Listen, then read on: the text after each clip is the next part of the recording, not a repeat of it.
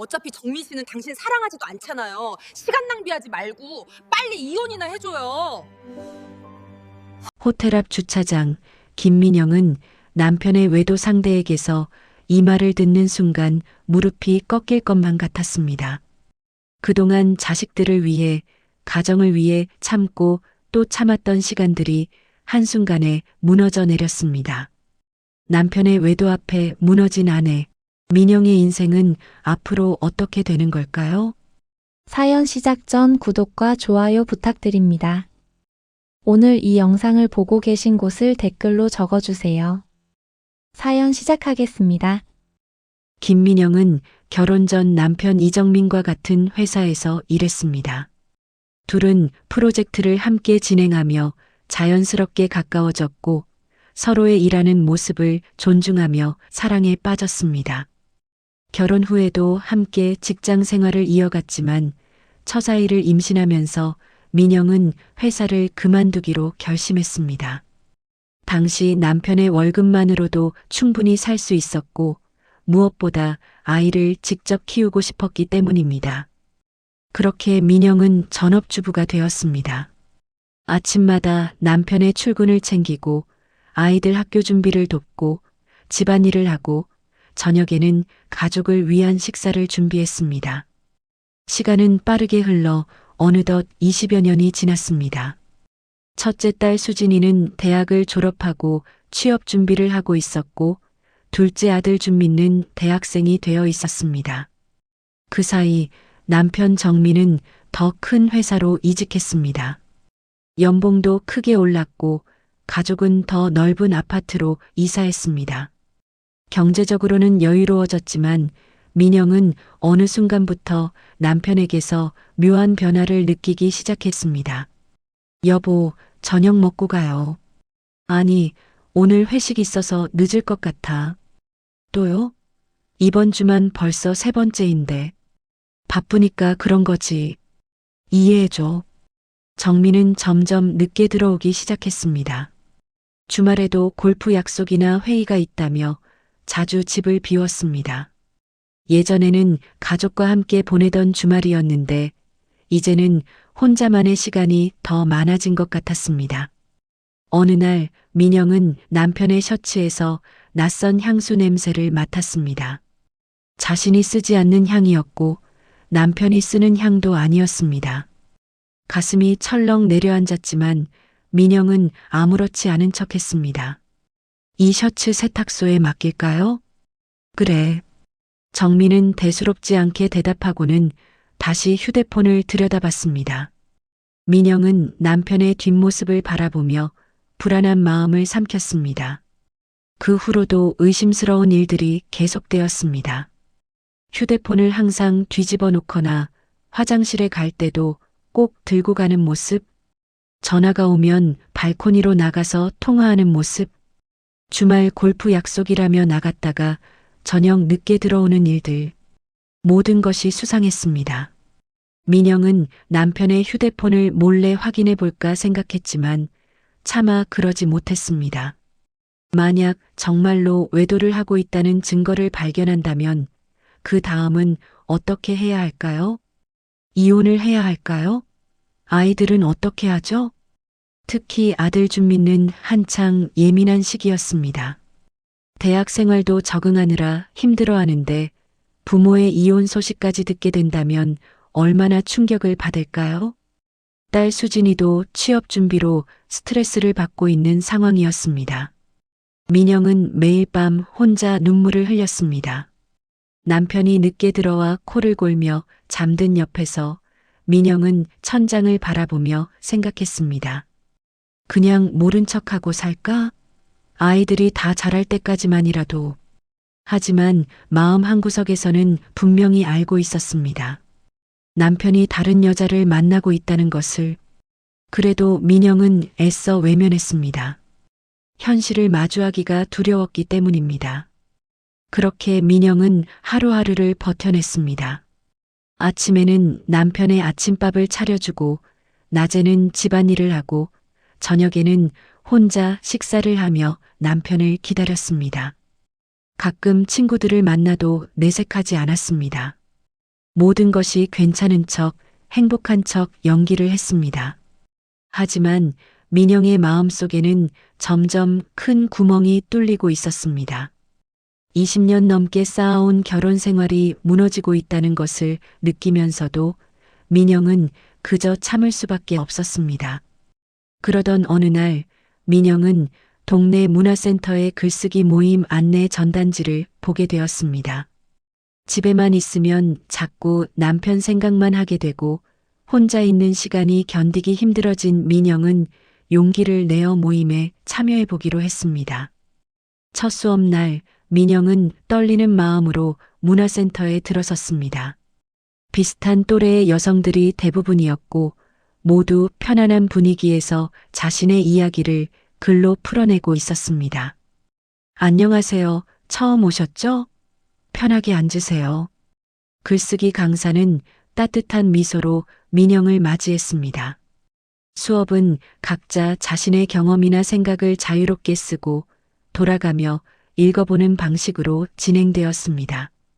민영은 처음에는 무엇을 써야 할지 막막했습니다. 하지만 펜을 들고 종이를 마주하자 그동안 마음속에 담아두었던 이야기들이 자연스럽게 흘러나왔습니다. 남편과 처음 만났을 때의 설렘, 결혼 후에 행복했던 순간들, 그리고 지금의 외로움까지. 이번 주 글을 읽어주실 분 계신가요? 강사의 질문에 민영은 조심스럽게 손을 들었습니다. 떨리는 목소리로 자신의 글을 읽어 내려갔습니다. 결혼 생활의 외로움, 남편의 변화, 그리고 혼자 감당해야 하는 두려움에 대한 이야기였습니다. 글을 다 읽고 나자 교실은 잠시 조용해졌습니다. 그리고 한 수강생이 조심스럽게 입을 열었습니다. 저도 비슷한 경험이 있어요. 정말 공감되네요. 다른 수강생들도 하나둘씩 자신의 이야기를 꺼내기 시작했습니다. 누군가는 남편의 무관심에 대해, 누군가는 가족을 위해 자신을 희생한 이야기를 나눴습니다. 민영은 혼자가 아니라는 것을 느꼈고 그것만으로도 큰 위로가 되었습니다. 민영 씨, 글을 정말 잘 쓰시네요. 솔직하고 진솔한 감정이 잘 드러나 있어요. 강사는 민영의 글을 칭찬하며 말했습니다. 민영은 그 말에 깊은 감동을 받았습니다. 오랜만에 누군가에게 인정받는 느낌이었습니다. 결혼 후 20년 넘게 누구의 아내, 누구의 엄마로만 살아왔던 민영에게 자기 자신으로서의 가치를 발견하는 순간이었습니다. 그날 이후 민영은 매주 글쓰기 모임에 참여했습니다. 글을 쓰면서 자신의 감정을 정리할 수 있었고 같은 처지의 사람들과 이야기를 나누며 힘을 얻었습니다. 하지만 집으로 돌아오면 현실은 변하지 않았습니다. 남편은 여전히 늦게 들어왔고 민영과의 대화는 점점 줄어들었습니다. 어느 날 저녁 정민은 집에 들어오자마자 샤워를 하러 갔습니다. 민영은 소파에 놓인 남편의 재킷을 정리하다가 주머니에서 호텔 주차권을 발견했습니다. 손이 떨렸습니다. 회사 근처도 아니고 집 근처도 아닌 곳의 호텔이었습니다. 민영은 주차권을 주머니에 다시 넣고 깊게 숨을 들이마셨습니다. 이제 더 이상 외면할 수 없어. 민영은 결심했습니다. 직접 확인해야겠다고 모른 척하고 살 수는 있지만 그렇게 살고 싶지는 않았습니다. 적어도 진실은 알아야 했습니다. 며칠 후 민영은 남편이 또다시 늦게 들어온다는 문자를 보냈을 때 조심스럽게 뒤를 밟기로 했습니다. 남편의 차가 주차된 곳을 확인하고 멀찍이 떨어져서 지켜봤습니다. 정민은 회사 건물에서 나와 차에 올랐습니다. 민영은 택시를 타고 남편의 차를 따라갔습니다. 차는 호텔 주차장으로 들어갔습니다. 바로 그 주차권에 적혀 있던 호텔이었습니다. 민영은 택시에서 내려 호텔 로비로 들어갔습니다. 심장이 터질 듯이 뛰었습니다. 손은 차갑게 식어갔고 다리는 후들거렸습니다. 로비 한쪽에서 기다리고 있자 정민이 한 여자와 함께 엘리베이터에서 내려오는 모습이 보였습니다. 세련된 옷차림에 화려한 명품 가방을 든 여자였습니다. 두 사람은 서로를 바라보며 웃고 있었습니다. 민영은 그 장면을 보는 순간 눈앞이 아찔해졌습니다. 머리로는 알고 있었지만 직접 눈으로 확인하니 충격은 상상 이상이었습니다. 정민과 그 여자는 로비를 가로질러 주차장으로 향했습니다. 민영은 그들의 뒤를 따라갔습니다. 주차장에서 정민은 여자와 작별 인사를 나누고 있었습니다. 바로 그때 그 여자가 민영을 발견했습니다.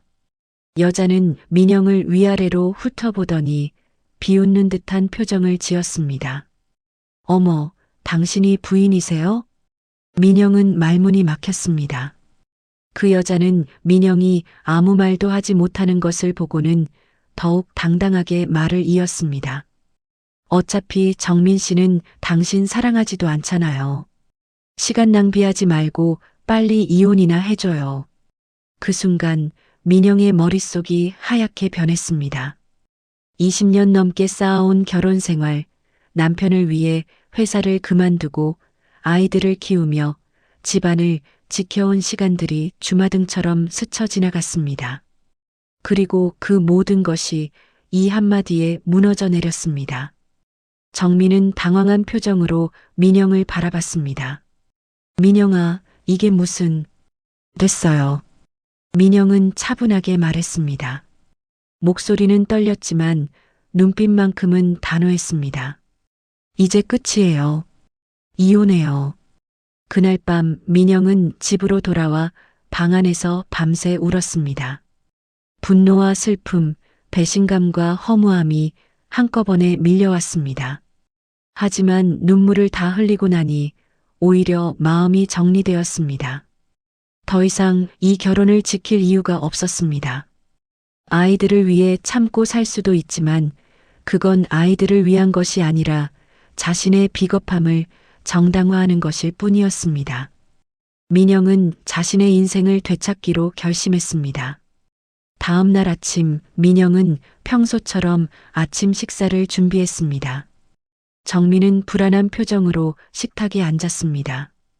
이혼 서류 준비해 주세요. 조용히 합의 이혼으로 처리하고 싶어요. 민영의 목소리는 담담했습니다.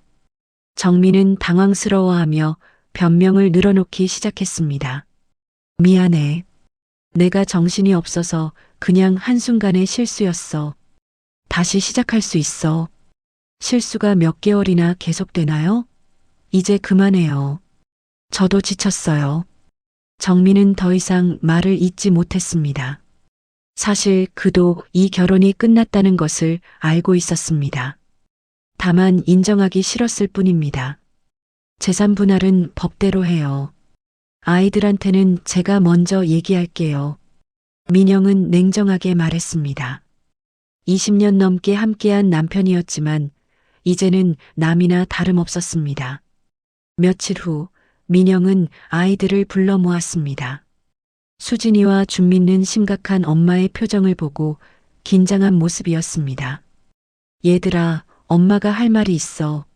엄마랑 아빠가 이혼하기로 했어. 수진이는 눈이 휘둥그레졌고 준민는 고개를 떨구었습니다. 한동안 침묵이 흘렀습니다. 왜요? 무슨 일 있어요? 수진이가 떨리는 목소리로 물었습니다. 민영은 아이들에게 자세한 이유를 설명하지 않았습니다. 아빠의 잘못을 말하고 싶지 않았습니다. 엄마랑 아빠가 서로 다른 길을 가기로 한 거야. 너희 잘못은 아니니까 걱정하지 마. 엄마는 어떻게 되는 거예요? 준민가 조심스럽게 물었습니다. 민영은 아이들을 안아주며 말했습니다. 엄마는 괜찮아. 오히려 이게 엄마한테는 새로운 시작일 수도 있어. 너희들은 엄마 걱정하지 말고 너희 할 일 열심히 하면 돼.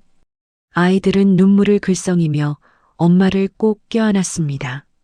민영도 눈물이 났지만 참았습니다. 이제는 무너져서는 안 되었습니다. 이혼 절차는 생각보다 빠르게 진행되었습니다. 정민은 죄책감 때문인지 재산 분할해서 상당 부분을 민영에게 양보했습니다. 아파트는 민영이 가져가고 정민은 별도로 전세를 얻기로 했습니다. 아이들은 엄마와 함께 살기로 결정했습니다. 이혼 서류에 도장을 찍는 순간 민영은 묘한 감정을 느꼈습니다. 슬프기도 했지만 동시에 홀가분하기도 했습니다. 20년 넘게 짊어졌던 짐을 내려놓는 기분이었습니다. 정민은 이혼 후 얼마 지나지 않아 최미라와 재혼했습니다. 민영은 그 소식을 듣고도 담담했습니다. 이미 마음을 정리한 뒤였기 때문입니다. 하지만 민영 앞에는 새로운 고민이 시작되었습니다. 이제 혼자서 생계를 책임져야 했습니다. 재산 분할로 받은 돈이 있었지만 그것만으로는 오래 버틸 수 없었습니다. 20년 넘게 경력이 단절 상태였던 민영에게 일자리를 구하는 것은 쉽지 않았습니다. 민영은 밤마다 고민했습니다. 무엇을 할 수 있을까? 무엇을 하고 싶을까? 그때 문득 글쓰기 모임의 강사가 했던 말이 떠올랐습니다.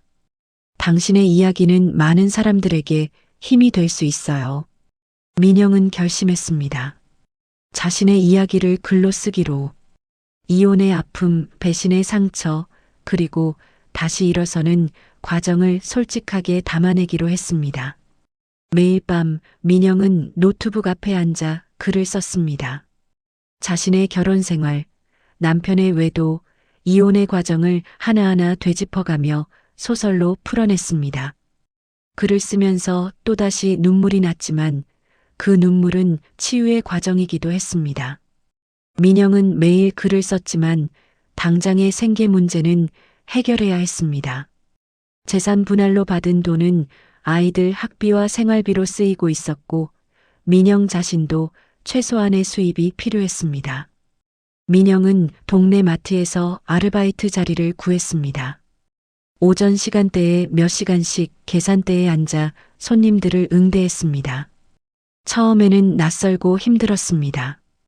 20년 만에 다시 일을 시작하는 것이었고 예전처럼 사무실에서 일하는 것도 아니었습니다. 민영은 손님들에게 인사를 건넸습니다. 가끔 아는 얼굴이 보일 때도 있었습니다. 예전에 같은 아파트 단지에 살던 사람들이었습니다. 그들은 민영을 알아보고는 놀란 표정을 지었습니다. 옆동에 살던 분 아니에요? 여기서 일하세요? 안녕하세요. 요즘 여기서 일하고 있어요. 민영은 담담하게 대답했습니다. 처음에는 부끄럽고 자존심이 상했지만 이제는 개의치 않았습니다. 일하는 것이 부끄러운 일은 아니었습니다. 마트 일을 마치고 집으로 돌아오면 민영은 간단히 식사를 하고 다시 노트북 앞에 앉았습니다. 피곤했지만 글을 쓰는 시간만큼은 포기하고 싶지 않았습니다. 글을 쓰는 것이 민영에게는 유일한 희망이자 위안이었습니다. 몇 달이 지나자 원고가 상당히 완성되어 갔습니다. 민영은 자신의 이야기를 바탕으로 한 소설을 썼습니다.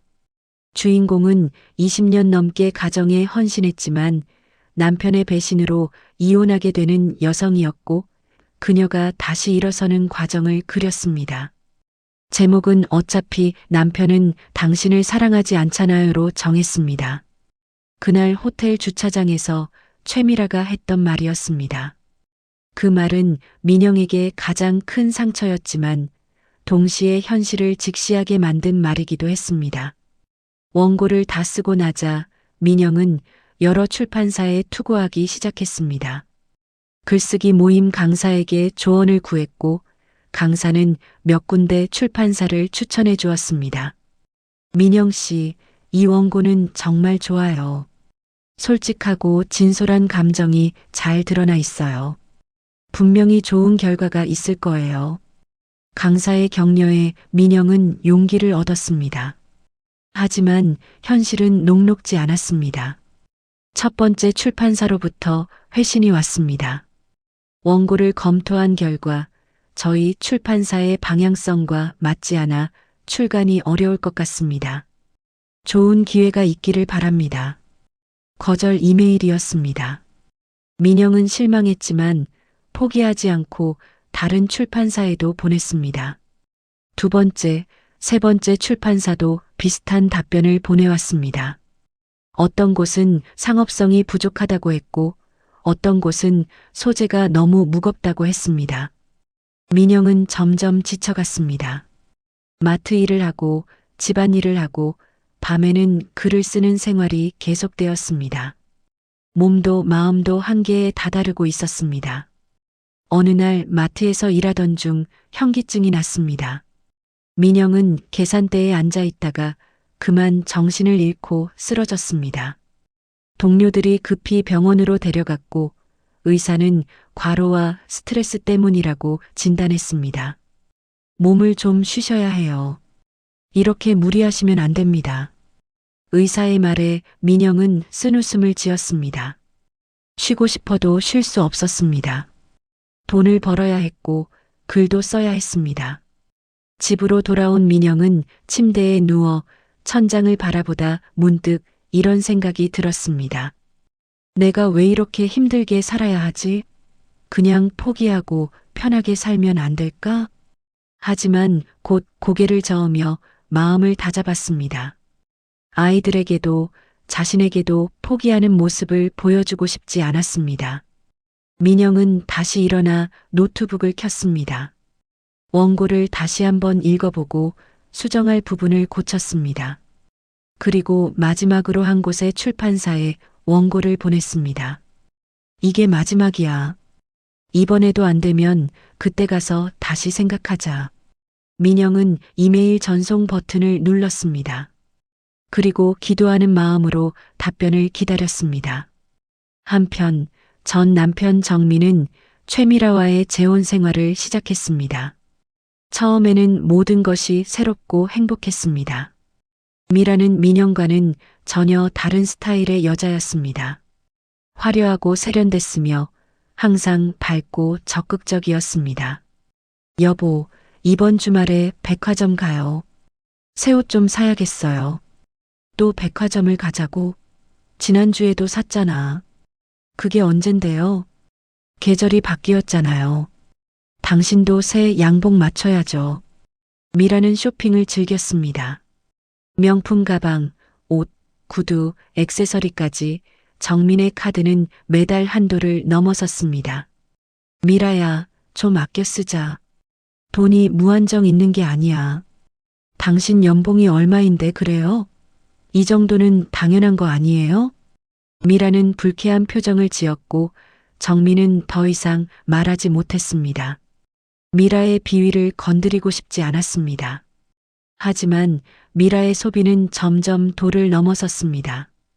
해외여행, 고급 레스토랑, 명품 구매까지. 정민의 통장 잔고는 빠르게 줄어들었습니다. 설상가상으로 정민은 친구의 부탁으로 사업 보증을 서주었다가 큰 낭패를 봤습니다. 친구의 사업이 망하면서 정민이 빚을 떠안게 된 것입니다. 당신 도대체 왜 그런 보증을 섰어요? 미쳤어요? 미라가 화를 내자 정민은 고개를 숙였습니다. 미안해, 내가 생각이 짧았어. 이제 어떻게 할 거예요? 빚은 어떻게 갚고? 미라의 목소리는 차갑게 식어 있었습니다. 예전에 다정했던 모습은 온데간데 없었습니다. 한편 민영은 매일 이메일함을 확인했습니다. 마지막으로 보낸 출판사로부터 답변이 오기를 기다렸습니다. 하지만 일주일이 지나고 2주일이 지나도 아무런 연락이 없었습니다. 민영은 점점 희망을 잃어갔습니다. 마트 일은 계속되었고 몸은 날로 지쳐갔습니다. 아이들 앞에서는 괜찮은 척했지만 혼자 있을 때는 눈물이 흘렀습니다. 괜찮아요, 엄마. 딸 수진이가 걱정스러운 눈빛으로 묻자 민영은 억지로 웃으며 대답했습니다. 괜찮아. 엄마는 괜찮아. 하지만 수진이는 알고 있었습니다. 엄마가 얼마나 힘들게 버티고 있는지를. 수진이는 엄마를 안아주었습니다. 민영은 딸의 품에 안겨 조용히 눈물을 흘렸습니다. 아이들이 있어서 다행이었습니다. 아이들이 있어서 버틸 수 있었습니다. 그러던 어느 날 민영의 이메일함에 새로운 메일이 도착했습니다. 마지막으로 원고를 보낸 출판사에서 온 메일이었습니다. 민영은 떨리는 손으로 메일을 열었습니다. 또다시 거절 메일일까봐 두려웠습니다. 안녕하세요. 김민영 작가님 보내주신 원고를 흥미롭게 읽었습니다. 저희 출판사에서 이 작품을 출간하고 싶습니다. 시간 되실 때 한번 만나서 자세한 이야기를 나눴으면 합니다. 민영은 메일을 읽고 또 읽었습니다. 믿기지 않았습니다. 정말로 자신의 소설이 책으로 나온다는 것이었습니다. 민영은 소리를 지르며 벌떡 일어났습니다. 기쁨의 눈물이 흘러내렸습니다. 몇 달 동안의 고생이 드디어 결실을 맺는 순간이었습니다. 민영은 곧바로 출판사 담당자에게 답장을 보냈습니다. 며칠 후 민영이 출판사를 찾아가자 편집자는 따뜻하게 민영을 맞이했습니다. 작가님의 이야기가 너무 진솔하고 공감이 갔어요. 요즘 중년 여성들이 겪는 현실을 너무나 잘 담아내셨더라고요. 이 책은 분명히 많은 독자들에게 위로가 될 거예요. 편집자의 말에 민영은 눈물이 났습니다. 자신의 아픔이 누군가에게 위로가 될 수 있다니 그것만으로도 감사했습니다. 출판 계약을 마치고 집으로 돌아온 민영은 아이들에게 소식을 전했습니다. 얘들아, 엄마 소설이 책으로 나온대. 진짜요? 우리 엄마 작가 되는 거예요? 준민가 신나서 소리쳤습니다. 수진이도 눈물을 글썽이며 엄마를 꼭 안아주었습니다. 엄마, 정말 자랑스러워요. 고생 많으셨어요. 그날 밤 민영은 오랜만에 편안하게 잠들 수 있었습니다. 미래에 대한 불안감 대신 희망이 생겼습니다. 한편 정민의 삶은 점점 더 어려워지고 있었습니다. 사업 보증으로 떠안은 빚은 상상 이상이었습니다. 채권자들의 전화가 쏟아졌고 독촉장이 날아왔습니다. 전화 좀 받아요. 맨날 무슨 빚 독촉 전화만 오는 거예요. 미라는 짜증을 냈습니다. 정민은 하루하루가 지옥 같았습니다. 회사 일도 손에 잡히지 않았고 집에 오면 미라의 잔소리가 기다리고 있었습니다. 당신 때문에 내가 왜 이런 고생을 해야 해요? 나도 편하게 살고 싶다고요. 미라는 더 이상 명품 가방을 살 수 없다는 것에 분노했습니다. 고급 레스토랑 대신 집에서 식사를 해야 한다는 것에 불만을 터뜨렸습니다. 미라야, 조금만 참아줘. 내가 빚만 갚으면. 언제요? 몇 년을 기다려야 하는데요? 미라의 눈빛은 차가웠습니다. 정민은 그 눈빛에서 무언가 불길한 기운을 느꼈습니다. 어느 날 정민은 회사에서 좋지 않은 소식을 들었습니다. 구조조정이 진행될 예정이고 정민도 명단에 올랐다는 것이었습니다. 정민 씨, 미안하지만 이번 구조조정에서 자네가 포함되었네. 상사의 말에 정민은 멍해졌습니다. 회사까지 잃게 되다니. 모든 것이 무너져 내리는 기분이었습니다.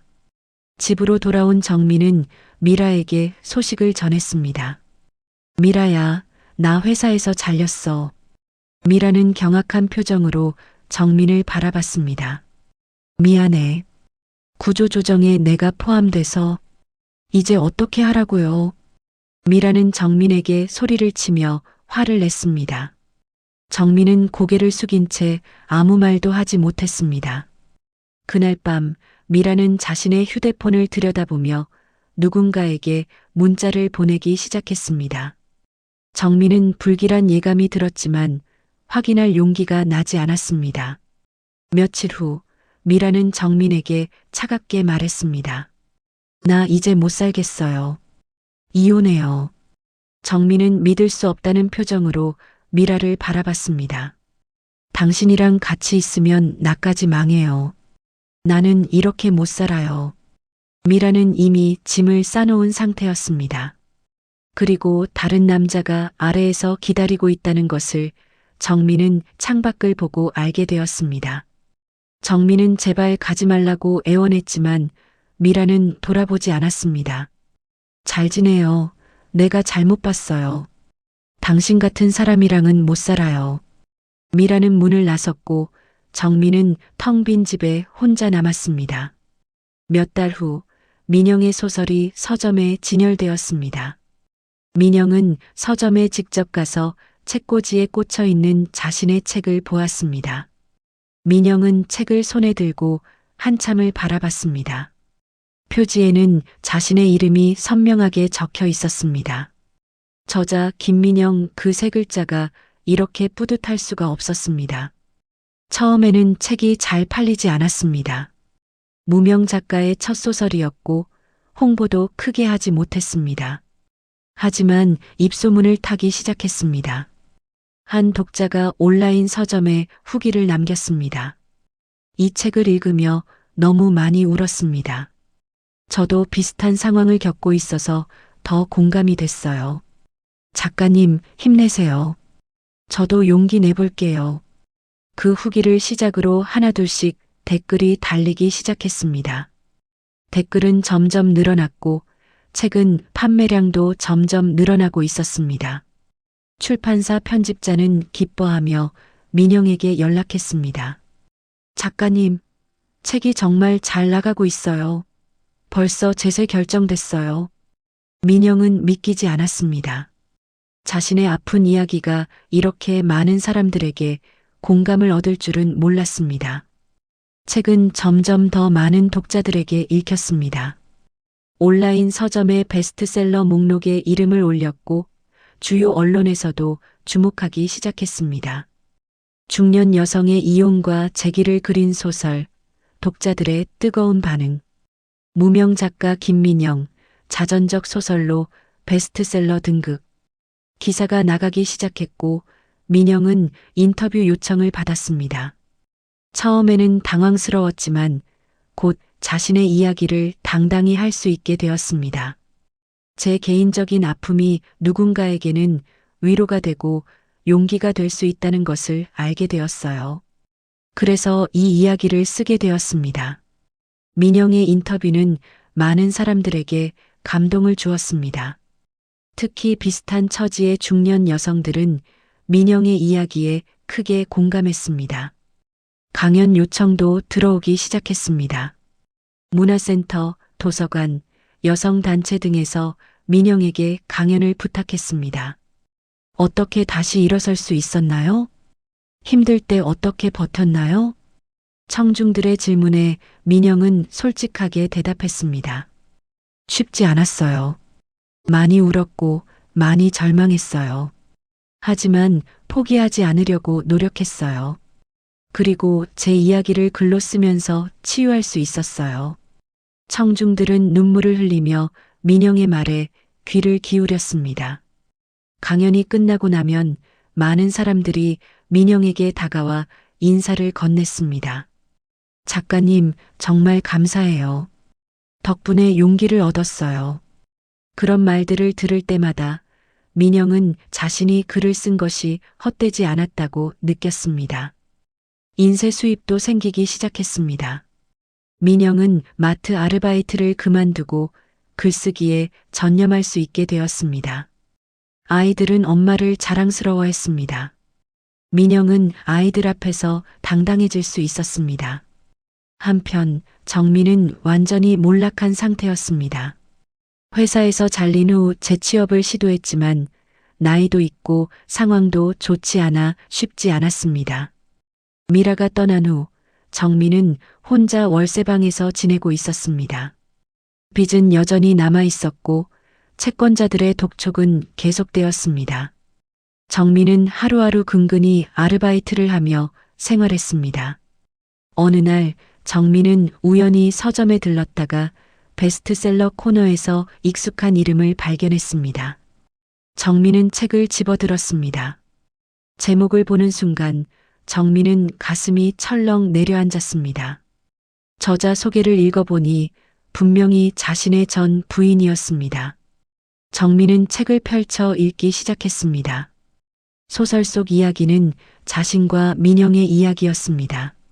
물론 소설로 각색되어 있었지만 기본 줄거리는 현실과 닮아 있었습니다. 정민은 책장을 넘기며 자신의 모습을 마주했습니다. 외도를 저지르고 아내를 배신하고 결국 모든 것을 잃는 남자. 그게 바로 자신이었습니다. 이건 나잖아. 정민은 책을 덮고 한숨을 쉬었습니다. 민영이 이렇게 성공했다는 것이 믿기지 않으면서도 한편으로는 당연한 것처럼 느껴졌습니다. 민영은 원래 글을 잘 썼으니까요. 결혼 전에도 보고서를 잘 작성해서 회사에서 인정받았었습니다. 정민은 서점을 나와 월세방으로 돌아왔습니다. 좁고 허름한 방에는 최소한의 가구만 놓여 있었습니다. 정민은 창밖을 바라보며 생각했습니다. 내가 왜 이렇게 된 거지? 민영과 이혼하고 미라와 재혼하고 빚을 떠안고 회사에서 잘리고 미라에게 버림받고 모든 것이 자신의 선택이었습니다. 그리고 그 선택의 결과를 지금 자신이 받고 있었습니다. 아이들과도 연락이 끊긴 지 오래였습니다. 처음에는 가끔 전화를 했지만 아이들은 차갑게 대했습니다. 특히 수진이는 아버지를 용서하지 못했습니다. 아빠, 우리 엄마한테 왜 그랬어요? 엄마가 얼마나 힘들었는지 알아요? 수진아, 아빠가 잘못했어. 미안해. 미안하다고 하면 다예요? 이제 와서 미안하다고 하면 뭐가 달라져요? 그 후로 아이들은 전화를 받지 않았고 정민은 완전히 혼자가 되었습니다. 민영의 소설은 출간 후 6개월 만에 10만 부를 돌파했습니다. 중년 여성들뿐만 아니라 다양한 연령층의 독자들이 민영의 이야기에 공감하며 책을 찾았습니다. 출판사에서는 추가 인쇄를 계속 진행했고 전국의 서점마다 민영의 책이 눈에 띄는 곳에 진열되었습니다. 작가님, 축하드립니다. 이번 달 종합 베스트셀러 1위를 기록했어요. 편집자의 전화를 받은 민영은 믿기지 않았습니다. 불과 1년 전만 해도 마트 계산대에 앉아있던 자신이 이제는 베스트셀러 작가가 되었다는 것이 꿈만 같았습니다. 기쁨과 감격이 한꺼번에 밀려왔습니다. 강연 일정도 계속 이어졌습니다. 이제는 지방까지 내려가서 강연을 하게 되었고 여성 단체뿐만 아니라 기업체에서도 초청이 들어왔습니다. 민영은 요청을 흔쾌히 수락했습니다. 강연장에 설 때마다 민영은 자신의 이야기가 누군가에게 힘이 되고 있다는 것을 느꼈습니다. 어느 날 민영은 출판사로부터 제안을 받았습니다. 작가님, 시내에 작가 사무실을 마련해 보시는 게 어떨까요? 이제 강연도 많고 인터뷰 요청도 계속 들어오는데 집에서만 작업하시기엔 불편하실 것 같아서요. 민영은 잠시 고민했습니다. 사무실이라니 자신에게는 과분한 것 같았습니다. 하지만 편집자는 계속해서 설득했습니다. 작가님께서 쓰실 다음 작품도 기대가 크거든요. 좀 더 집중할 수 있는 공간이 필요하실 거예요. 결국 민영은 시내의 한 건물에 작은 사무실을 계약했습니다. 창문으로는 시내가 한눈에 내려다 보이는 곳이었습니다. 민영은 처음 사무실에 들어섰을 때 감회가 남달랐습니다. 내가 정말 여기까지 왔구나. 사무실을 꾸미는 동안 민영은 건물주 강태호를 처음 만났습니다. 강태호는 중후한 인상의 남자였습니다. 예의 바르고 조용한 성격으로 건물을 관리하며 세입자들을 세심하게 챙겼습니다. 안녕하세요. 새로 입주하신 김민영 작가님이시죠? 건물주 강태호입니다. 강태호는 민영에게 명함을 건네며 미소를 지었습니다. 작가님 책, 제가 읽었습니다. 정말 감동적이더군요. 정말요? 감사합니다. 민영은 조금 놀랐습니다. 남자 독자가 자신의 책을 읽었다는 것이 의외였습니다. 제 아내도 작가의 꿈을 가지고 있었거든요.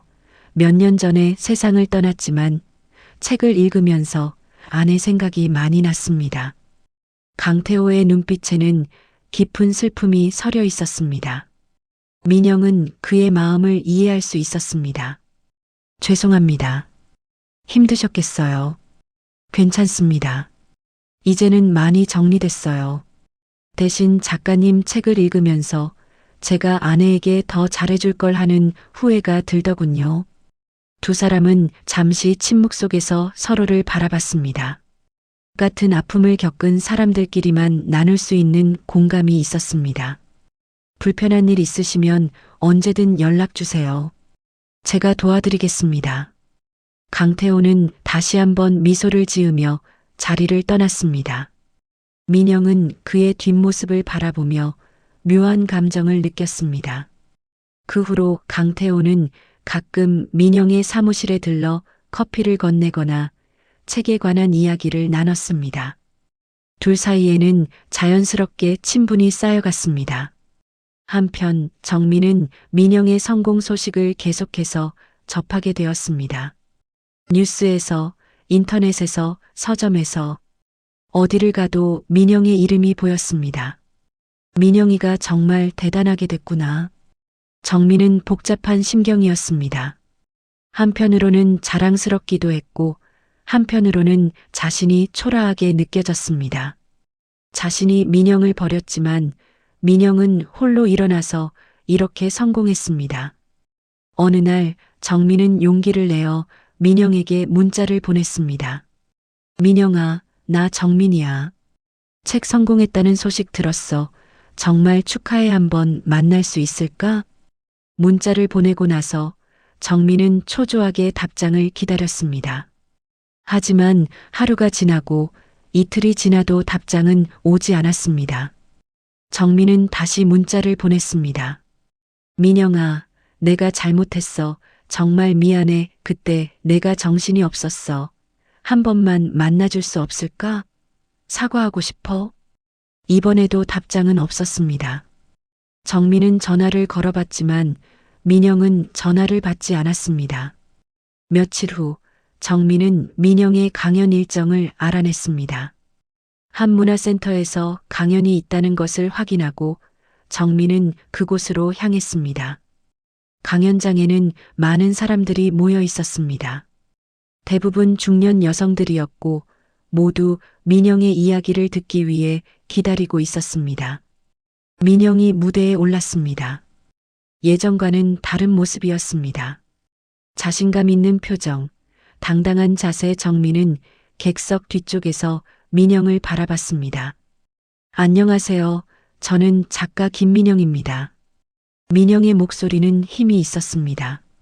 청중들은 박수를 보냈고 민영은 자신의 이야기를 시작했습니다. 정민은 민영의 강연을 들으며 자신의 잘못을 깨달았습니다.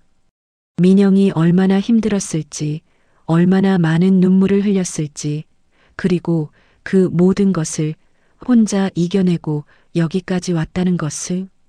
강연이 끝난 후 정민은 민영에게 다가가려고 했습니다. 하지만 민영 주변에는 많은 사람들이 둘러싸여 있었고 사인을 요청하거나 사진을 찍고 있었습니다. 정민은 멀찍이 서서 민영을 바라봤습니다. 민영은 한 사람 한 사람에게 정성껏 사인을 해주고 따뜻한 말을 건넸습니다. 독자들의 말에 민영은 미소를 지으며 대답했습니다. 응원할게요. 우리 모두 할 수 있어요.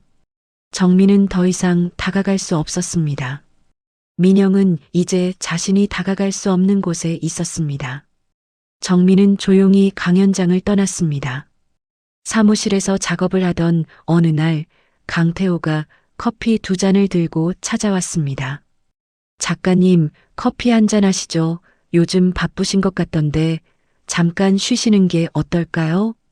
민영은 고개를 들어 강태호를 바라봤습니다. 그의 배려에 감사함을 느꼈습니다. 감사합니다. 마침 커피가 필요했어요. 두 사람은 사무실 창가에 앉아 커피를 마시며 시내를 내려다봤습니다. 저 아래 수많은 사람들이 바쁘게 움직이고 있었습니다. 작가님, 다음 작품은 어떤 이야기를 쓰실 계획이세요? 아직 정하지 못했어요. 첫 번째 책이 제 이야기였다면 이번에는 다른 사람들의 이야기를 써보고 싶어요. 좋은 생각이네요. 작가님은 사람들의 이야기를 잘 들어주시는 것 같아요. 강태호의 말에 민영은 고개를 끄덕였습니다. 제가 힘들었을 때 제 이야기를 들어주는 사람들이 있었거든요. 그래서 저도 누군가의 이야기를 들어주고 싶어요. 강태호는 민영을 바라보며 미소를 지었습니다. 민영도 자연스럽게 미소를 지었습니다. 두 사람 사이에는 편안한 분위기가 흘렀습니다. 그 후로 강태호와 민영은 자주 커피를 함께 마시며 이야기를 나눴습니다. 강태호는 민영에게 자신의 이야기를 들려주기도 했습니다. 제 아내는 정말 좋은 사람이었어요. 하지만 제가 일에만 매달려서 아내를 제대로 챙기지 못했죠. 아내가 아플 때도 몰랐어요. 나중에야 암 진단을 받았다는 걸 알았고, 그때는 이미 많이 진행된 상태였습니다. 강태호의 목소리에는 깊은 후회가 묻어났습니다. 제가 조금만 더 관심을 가졌더라면, 조금만 더 일찍 알았더라면 그런 생각을 매일 했어요. 민영은 강태호의 손을 가만히 잡아주었습니다. 당신 잘못이 아니에요. 당신도 최선을 다하셨을 거예요. 두 사람은 서로를 바라보며 조용히 미소를 지었습니다. 그 순간 민영은 오랜만에 마음이 따뜻해지는 것을 느꼈습니다. 그러던 어느 날 민영에게 예상치 못한 전화가 걸려왔습니다. 전 남편 정민의 어머니, 즉 전 시어머니로부터였습니다. 민영아, 나다 오랜만이구나. 민영은 잠시 말문이 막혔습니다. 이혼 후 시댁과는 연락을 끊은 지 오래였습니다. 민영아, 책 성공했다면서? 텔레비전에서도 봤어. 우리 며느리가 그렇게 대단하게 됐는지 몰랐네. 시어머니의 목소리에는 어딘가 아첨하는 듯한 느낌이 있었습니다. 민영은 불편함을 느꼈습니다. 그런데 말이야, 정민이 요즘 많이 힘들다더라. 너도 알지? 회사에서 잘렸다면서. 그래도 너희가 한때 부부였는데 조금만 도와줄 수 없겠니? 민영은 황당했습니다. 이혼한 지 몇 년이 지났는데 이제 와서 도움을 요청한다니. 어머님, 저희는 이미 이혼했습니다. 더 이상 도와줄 의무가 없어요. 그래도 정민이가 너무 불쌍하지 않니? 아이들 아버지인데. 어머님, 그때 정민 오빠가 저한테 어떻게 했는지 기억하세요? 그리고 어머님도 저한테 이혼하라고 하셨잖아요. 민영의 목소리는 단호했습니다. 시어머니는 말문이 막혔습니다. 그건 그때는 우리 모두 정신이 없어서. 어머님, 이제 그만하시죠. 저는 제 인생을 살고 있어요. 정민 오빠 일은 정민 오빠가 알아서 해결하셔야죠. 민영은 전화를 끊었습니다. 손이 떨렸지만 후회는 없었습니다. 더 이상 과거에 휘둘리고 싶지 않았습니다. 며칠 후, 이번에는 정민의 여동생에게서 연락이 왔습니다. 옳게, 아니, 민영 씨 오빠가 정말 힘들어하고 있어요. 한 번만 만나줄 수 없어요? 미안하지만 만날 생각 없어요. 이제 남이에요. 오빠가 정말 반성하고 있어요.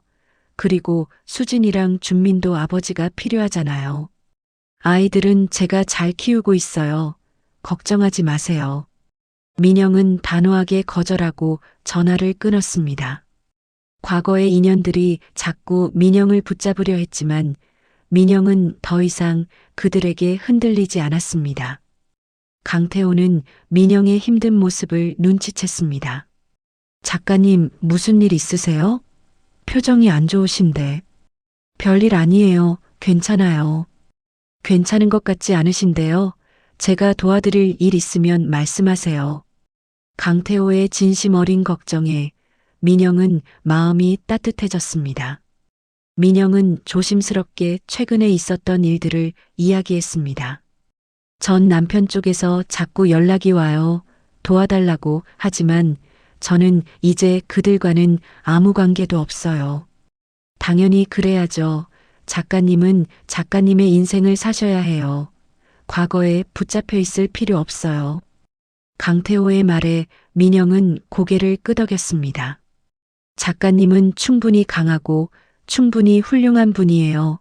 자신감을 가지세요. 민영은 강태호를 바라봤습니다. 그의 눈빛에는 진심이 담겨 있었습니다. 민영은 오랜만에 누군가에게 이렇게 인정받는다는 기분을 느꼈습니다. 언제든 힘들면 말씀하세요. 제가 옆에 있을게요. 강태호의 말에 민영은 미소를 지었습니다. 두 사람 사이에는 무언가 특별한 감정이 싹트기 시작했습니다. 민영은 두 번째 소설을 준비하기 시작했습니다. 이번에는 여러 중년 여성들의 이야기를 취재하고 그들의 목소리를 담아낸 작품을 쓰기로 했습니다. 강연을 다니며 만난 독자들, 글쓰기 모임에서 만난 사람들의 이야기를 하나하나 모았습니다. 민영은 그들의 이야기를 경청했습니다. 각자의 아픔, 각자의 상처, 그리고 각자의 희망. 민영은 그 이야기들을 소중히 모아 글로 풀어냈습니다. 출판사에서는 민영의 두 번째 작품에 큰 기대를 걸고 있었습니다. 작가님, 이번 작품도 분명히 성공할 거예요. 첫 번째 책의 독자들이 모두 기다리고 있거든요. 감사합니다. 최선을 다하겠습니다. 민영은 매일 사무실에서 열심히 글을 썼습니다. 때로는 밤늦게까지 작업했고, 때로는 강태호가 가져다 주는 커피와 도시락으로 끼니를 때웠습니다. 작가님, 너무 무리하지 마세요. 글 쓰는 것도 중요하지만 건강이 더 중요해요. 괜찮아요. 이 작품을 꼭 완성하고 싶어요. 강태호는 민영의 열정을 존중하면서도 늘 걱정 어린 눈빛으로 지켜봤습니다. 그리고 민영이 힘들어할 때마다 곁에서 조용히 응원해 주었습니다. 어느 날 저녁 민영과 강태호는 함께 식사를 하기로 했습니다. 강태호가 좋은 식당을 예약해 두었다고 했습니다. 작가님, 오늘은 제가 특별한 곳으로 모시고 싶어요. 특별한 곳이요? 제가 좋아하는 식당인데 전망도 좋고 음식도 맛있어요. 두 사람은 고층 건물에 위치한 레스토랑으로 갔습니다. 창밖으로는 도시의 야경이 한눈에 내려다 보였습니다. 정말 멋지네요. 민영은 감탄사를 연발했습니다. 강태호는 민영의 모습을 바라보며 미소를 지었습니다. 작가님께서 기뻐하시니 저도 기쁘네요. 식사를 하며 두 사람은 다양한 이야기를 나눴습니다. 책에 관한 이야기, 삶에 관한 이야기, 꿈에 관한 이야기. 시간 가는 줄 모르고 대화를 나누다 보니 어느덧 밤이 깊어 있었습니다. 작가님, 제가 고백할 게 있어요. 강태호가 조심스럽게 말을 꺼냈습니다. 민영은 긴장하며 그를 바라봤습니다. 사실 저는 작가님을 처음 만났을 때부터 특별한 감정을 느꼈어요. 작가님의 책을 읽으면서, 작가님을 알아가면서 점점 더 깊은 감정이 생겼습니다. 민영은 잠시 말을 잇지 못했습니다. 자신도 강태호에게 특별한 감정을 느끼고 있었지만 그것을 인정하기가 두려웠습니다. 저도 강 선생님에게 특별한 감정을 느끼고 있어요. 하지만 아직은 조금 두려워요. 충분히 이해합니다. 천천히 가도 괜찮아요. 저는 언제까지나 작가님 곁에서 기다릴게요. 강태호의 진심 어린 말에 민영은 눈물이 날 것 같았습니다. 오랜만에 느껴보는 따뜻함이었습니다. 그날 밤 민영은 집으로 돌아가는 길에 행복한 미소를 지었습니다. 인생에 다시 사랑이 찾아올 수 있다는 것이 신기하면서도 감사했습니다. 한편 정민은 점점 더 나락으로 떨어지고 있었습니다. 빚은 계속 쌓여갔고 아르바이트로는 생활비조차 감당하기 힘들었습니다. 월세방조차 제대로 내지 못해 결국 더 싼 고시원으로 이사해야 했습니다. 좁고 답답한 고시원 방에서 정민은 매일 후회했습니다. 민영과의 결혼 생활, 미라와의 불륜, 재혼, 그리고 파산. 모든 것이 자신의 잘못된 선택이었습니다. 어느 날 정민은 인터넷에서 민영의 인터뷰 영상을 보게 되었습니다. 저는 이혼 후에 정말 힘들었어요. 하지만 포기하지 않고 글을 썼고 그 글이 책이 되었어요. 그리고 이제는 제 이름으로 당당히 설 수 있게 되었습니다. 민영의 밝은 표정을 보며 정민은 가슴이 먹먹해졌습니다. 자신이 버린 사람이 이렇게 빛나고 있다는 것이 안타까웠고 동시에 자신이 초라해 보였습니다. 정민은 마지막으로 민영에게 편지를 쓰기로 했습니다. 직접 만나는 것은 불가능하다는 것을 알고 있었지만 적어도 사과는 전하고 싶었습니다. 편지에는 자신의 잘못, 후회, 그리고 사과의 말이 담겨 있었습니다. 정민은 편지를 봉투에 넣고 민영의 사무실 주소로 보냈습니다. 며칠 후 민영은 정민의 편지를 받았습니다. 편지를 뜯어보며 내용을 읽었습니다. 민영아, 정말 미안해. 내가 너무 잘못했어. 너를 잃고 나서야 내가 얼마나 소중한 사람이었는지 깨달았어. 하지만 이제는 너무 늦었다는 것도 알아. 그래도 한 번만 사과하고 싶었어. 내가 성공한 것을 진심으로 축하해. 너는 정말 대단한 사람이야. 행복하게 살아줘. 민영은 편지를 다 읽고 조용히 접었습니다. 더 이상 분노도 슬픔도 느껴지지 않았습니다. 그저 담담할 뿐이었습니다. 민영은 편지를 서랍에 넣고 다시 작업에 집중했습니다. 과거는 이제 정말로 과거일 뿐이었습니다. 민영의 두 번째 소설이 출간되었습니다. 이번 책은 여러 중년 여성들의 이야기를 엮은 형식이었고 각자의 재기 스토리가 담겨 있었습니다. 출간 전부터 독자들의 기대는 뜨거웠습니다. 첫 번째 책의 독자들은 민영의 새로운 작품을 손꼽아 기다렸고 예약 판매만으로도 상당한 부수가 나갔습니다. 작가님, 출간 첫날부터 서점 베스트셀러 1위입니다. 편집자의 흥분된 목소리가 전화기 너머로 들려왔습니다. 민영은 믿기지 않았지만 동시에 독자들에게 감사한 마음이 들었습니다. 모두 독자분들 덕분이에요. 정말 감사드려요. 두 번째 책 역시 폭발적인 반응을 얻었습니다.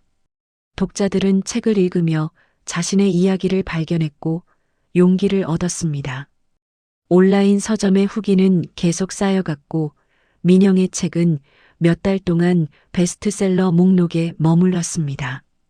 방송국에서도 인터뷰 요청이 들어왔습니다. 유명 토크쇼에 출연하게 된 민영은 처음에는 긴장했지만 곧 자연스럽게 자신의 이야기를 풀어냈습니다. 작가님, 2권의 베스트셀러를 내셨는데요. 비결이 뭔가요? 비결이라고 할 것까지는 없고요. 그냥 진심을 담아서 썼어요. 제 이야기가, 그리고 많은 분들의 이야기가 누군가에게 위로가 되었으면 하는 마음이었습니다. 이혼 후 홀로 서기가 쉽지 않으셨을 텐데요. 맞아요. 정말 힘들었어요. 마트에서 아르바이트도 하고 밤에는 글을 쓰고 포기하고 싶을 때도 많았어요.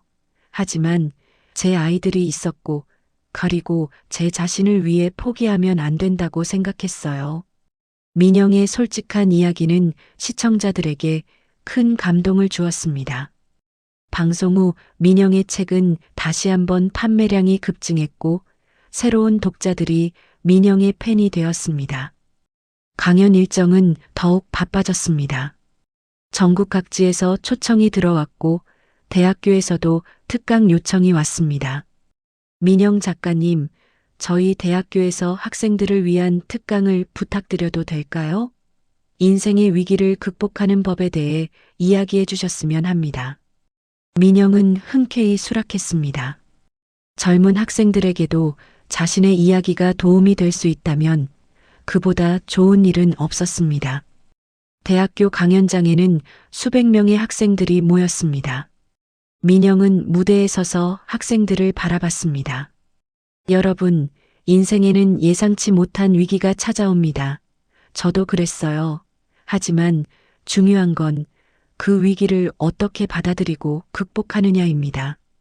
학생들은 진지하게 민영의 이야기에 귀를 기울였습니다. 포기하고 싶을 때도 있을 거예요. 하지만 그때 한 걸음만 더 나아가면 새로운 길이 보입니다. 저는 그걸 경험했고 여러분도 할 수 있어요. 강연이 끝나고 많은 학생들이 민영에게 다가와 인사를 건넸습니다. 민영은 그들 한 명 한 명과 악수를 나누며 격려의 말을 건넸습니다.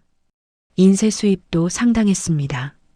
민영은 이제 경제적으로 안정되었고 아이들에게도 더 나은 환경을 제공할 수 있게 되었습니다. 딸 수진이는 엄마를 자랑스러워했습니다. 아들 준민도 친구들에게 엄마 이야기를 자주 했습니다. 아이들이 당당하게 엄마를 자랑하는 모습을 볼 때마다 민영은 가슴이 뿌듯했습니다. 강태호와의 관계도 깊어져 갔습니다.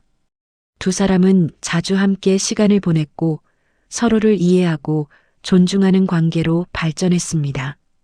민영 씨, 오늘 시간 있으세요? 같이 미술관 가는 건 어때요? 좋아요.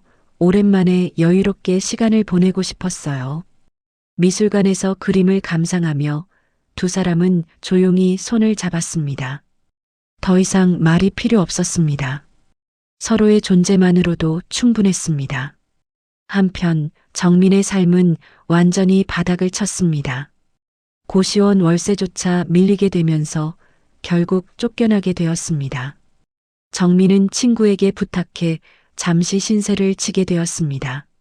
정민아, 미안한데 일주일만 있어줘. 그 이상은 힘들어. 친구도 정민을 오래 받아줄 수는 없었습니다. 정민은 낮에는 일용직 일을 하고 밤에는 찜질방이나 PC방에서 시간을 보냈습니다.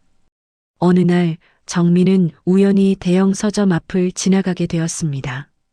민영의 두 번째 책이 크게 전시되어 있었고 민영의 사진도 함께 걸려 있었습니다. 정민은 발걸음을 멈추고 한참을 그 사진을 바라봤습니다. 민영은 환하게 웃고 있었고 자신감 넘치는 표정이었습니다. 내가 버린 사람이 저렇게 빛나고 있구나. 정민은 가슴이 저려왔습니다. 자신은 모든 것을 잃었는데 민영은 모든 것을 얻었습니다. 정민은 서점 안으로 들어갔습니다. 민영의 두 번째 책을 집어들고 몇 페이지를 읽어봤습니다.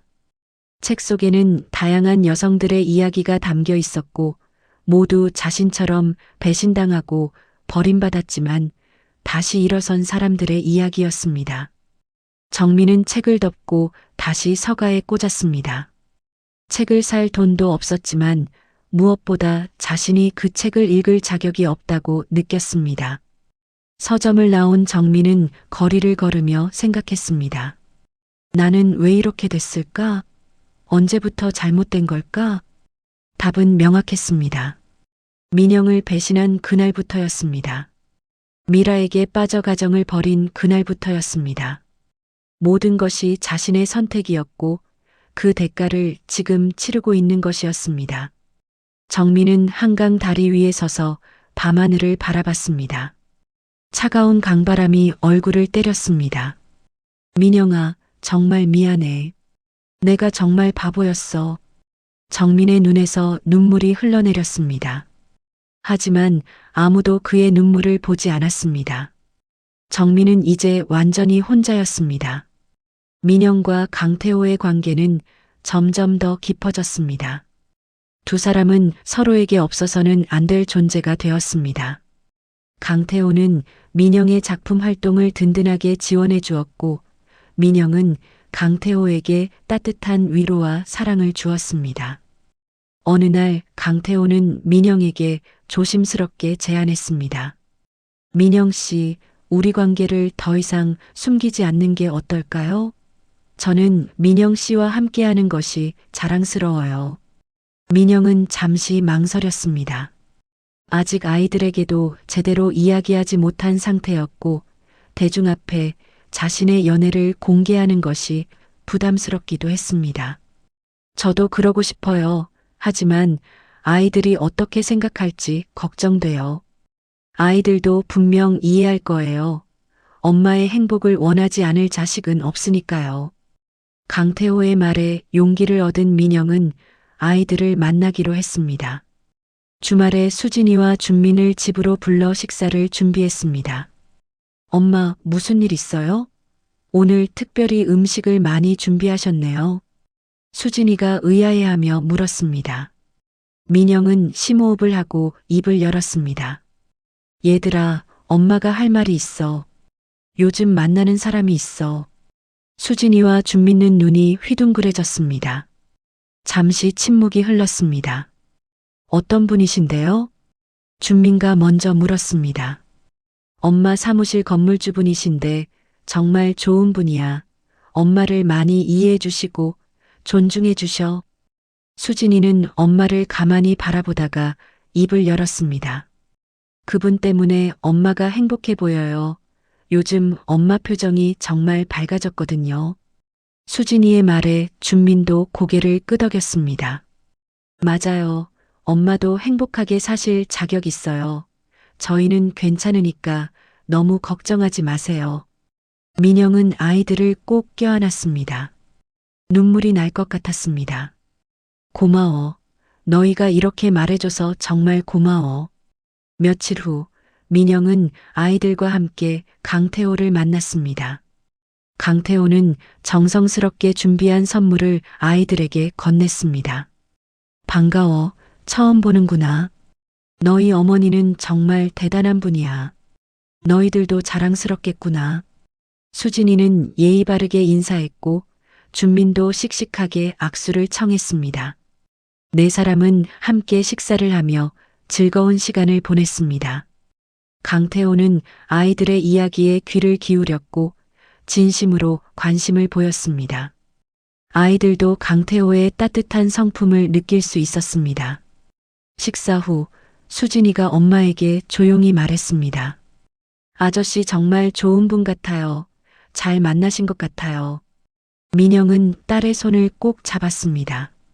그렇지? 엄마도 그렇게 생각해. 아이들의 동의를 얻은 민영은 이제 좀 더 당당하게 강태호와의 관계를 이어나갈 수 있었습니다. 얼마 후 민영은 한 인터뷰에서 조심스럽게 자신의 연애를 공개했습니다. 작가님, 요즘 더 밝아 보이시는데 특별한 이유가 있나요? 기자의 질문에 민영은 미소를 지으며 대답했습니다. 사실 요즘 만나는 분이 있어요. 저를 있는 그대로 이해해 주시고 제 작품 활동도 응원해 주시는 분이에요. 축하드립니다. 새로운 시작이시네요. 감사합니다. 나이를 먹었다고 해서 사랑이 끝나는 건 아니더라고요. 오히려 더 성숙하고 깊은 사랑을 할 수 있다는 걸 느꼈어요. 민영의 인터뷰 기사가 나가자 독자들은 대부분 축하와 응원의 메시지를 보냈습니다. 물론 일부 부정적인 댓글도 있었지만 민영은 개의치 않았습니다. 중요한 건 자신이 행복하다는 것, 그리고 사랑하는 사람들이 자신을 응원해 준다는 것이었습니다. 한편 민영은 세 번째 책을 준비하기 시작했습니다. 이번에는 중년의 재기를 주제로 한 내용이었습니다. 자신의 경험과 함께 독자들에게 실질적인 조언을 담은 책을 쓰고 싶었습니다. 민영 씨, 이번 책은 어떤 내용인가요? 강태호가 커피를 마시며 물었습니다.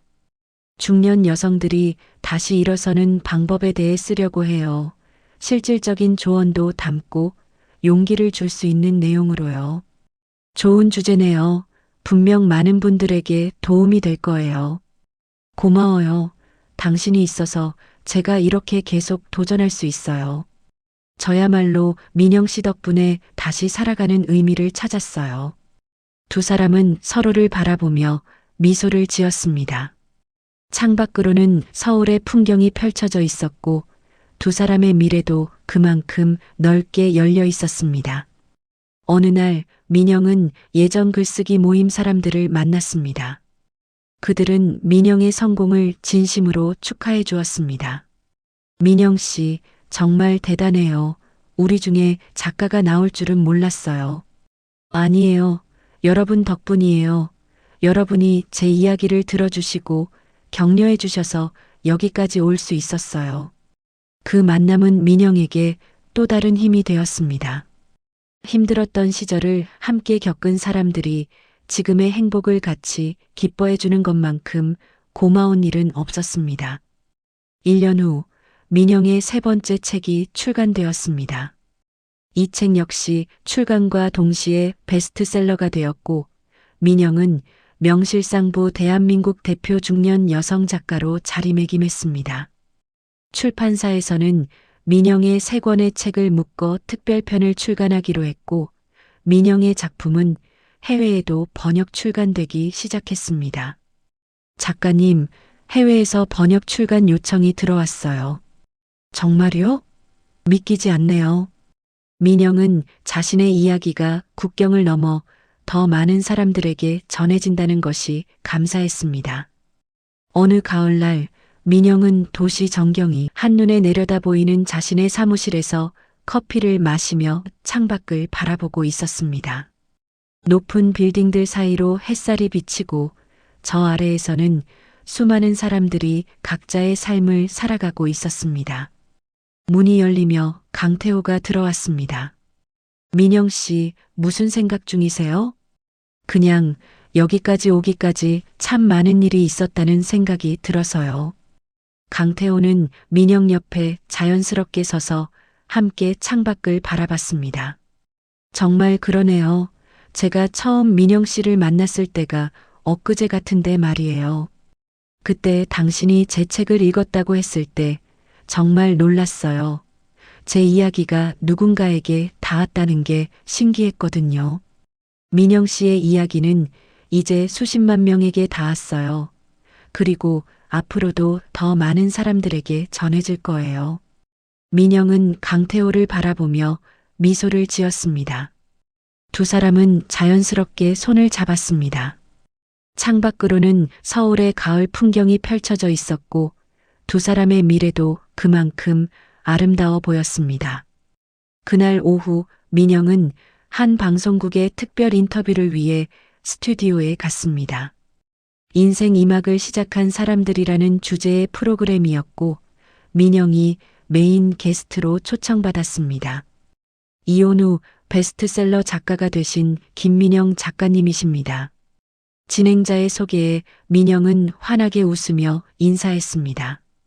작가님, 이혼 후 가장 힘들었던 순간은 언제였나요? 아무래도 처음 혼자가 되었을 때요. 20년 넘게 누군가의 아내, 누군가의 엄마로만 살다가 갑자기 혼자가 되니 제가 누구인지 모르겠더라고요. 그 시기를 어떻게 극복하셨나요? 글을 쓰기 시작했어요. 제 이야기를, 제 아픔을 글로 풀어내면서 조금씩 치유할 수 있었어요. 그리고 그 글이 책이 되었고 많은 분들에게 공감을 얻게 되면서 제 존재의 의미를 다시 발견할 수 있었죠. 지금 다시 과거로 돌아간다면 그때와 똑같은 선택을 하실 건가요? 민영은 잠시 생각하다가 확신에 찬 목소리로 대답했습니다. 그럴 거예요. 물론 힘들고 고통스러웠지만 그 과정이 있었기에 지금의 제가 있으니까요. 그리고 무엇보다 제 이야기가 비슷한 상황에 있는 분들에게 용기를 주고 있다는 것이 제게는 큰 의미예요. 마지막으로 시청자분들께 한 말씀 부탁드립니다. 나이가 많다고, 경력이 단절됐다고, 혹은 실패했다고 해서 인생이 끝나는 건 아니에요. 언제든 다시 시작할 수 있어요. 저도 했으니까요. 그러니 포기하지 마세요. 여러분의 인생은 여러분이 만들어가는 거예요. 방송이 끝나고 민영은 스튜디오를 나왔습니다. 밖에서는 강태호가 기다리고 있었습니다. 두 사람은 함께 차에 올라 사무실로 향했습니다. 가는 길에 민영은 문득 창밖을 바라보며 말했습니다. 참 신기해요. 몇 년 전만 해도 저는 마트 계산대에 앉아 있었는데 지금은 이렇게 방송에도 나오고 책도 쓰고 그만큼 민영 씨가 노력하셨으니까요. 당연한 결과예요. 강태호는 민영의 손을 꼭 잡아주었습니다. 한편 그날 저녁 정민은 작은 술집에서 홀로 소주잔을 기울이고 있었습니다. 낡은 티셔츠에 구겨진 바지 차림의 정민은 몇 년 전에 그와는 완전히 다른 모습이었습니다. 벽에 걸린 텔레비전에서는 민영의 인터뷰가 재방송되고 있었습니다. 정민은 술잔을 든 채 화면을 멍하니 바라봤습니다. 화면 속 민영은 자신감 넘치고 행복해 보였습니다.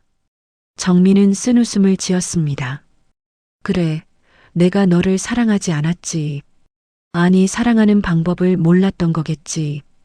정민은 소주잔을 비우고 다시 채웠습니다. 옆 테이블의 손님이 텔레비전을 보며 말했습니다. 저 작가 대단하더라.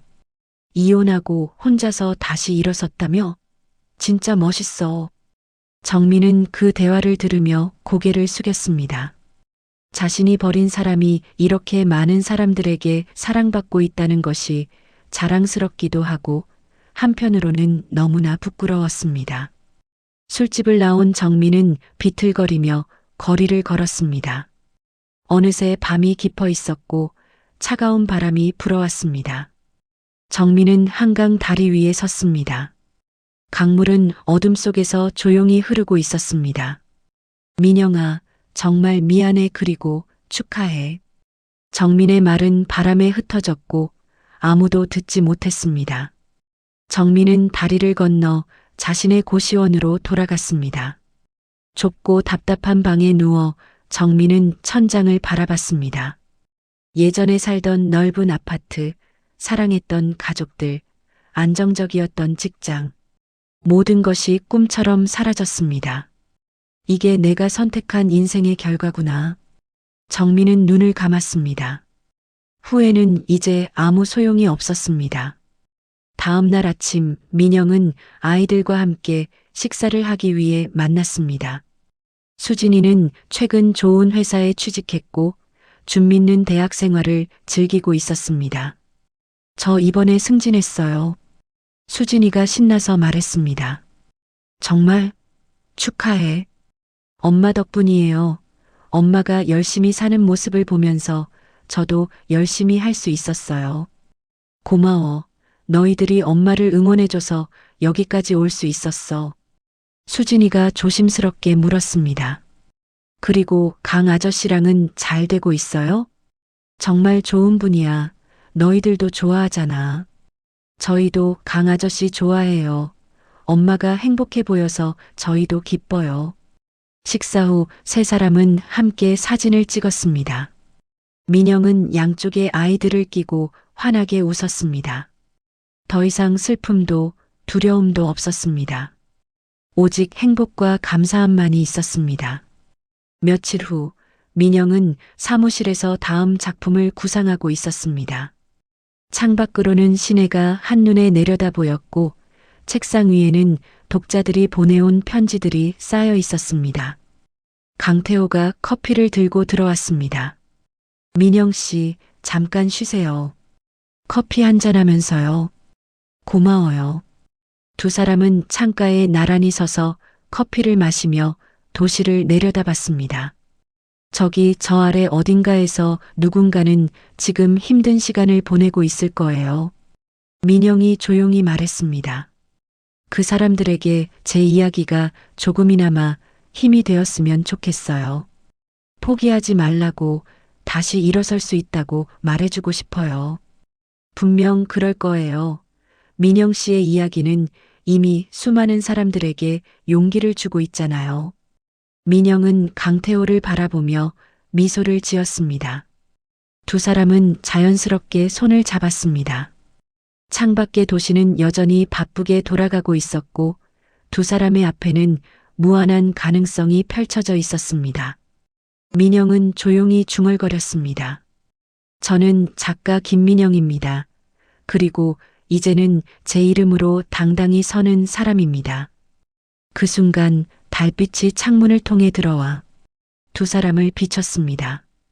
민영의 얼굴에는 평화로운 미소가 가득했습니다. 한때 버려진 아내였던 김민영은 이제 자기 이름 썩자로 당당히 서는 베스트셀러 작가가 되었고 진짜 자신을 사랑해주는 사람을 만나 새로운 삶을 향해 나아가고 있었습니다. 그리고 그녀의 이야기는 오늘도 어딘가에서 힘들어하는 누군가에게 희망의 메시지를 전하고 있었습니다. 나이를 막론하고 인생은 언제든 다시 시작할 수 있습니다. 끝까지 영상을 시청해 주셔서 감사합니다. 오늘의 사연이 당신의 하루에 작은 위로가 되었다면 구독과 좋아요, 댓글로 마음을 나눠주세요. 서로 얼굴은 모르지만 이곳에서만큼은 같은 이야기를 나누는 이웃이라 생각하겠습니다. 다음 영상에서 인사드리겠습니다.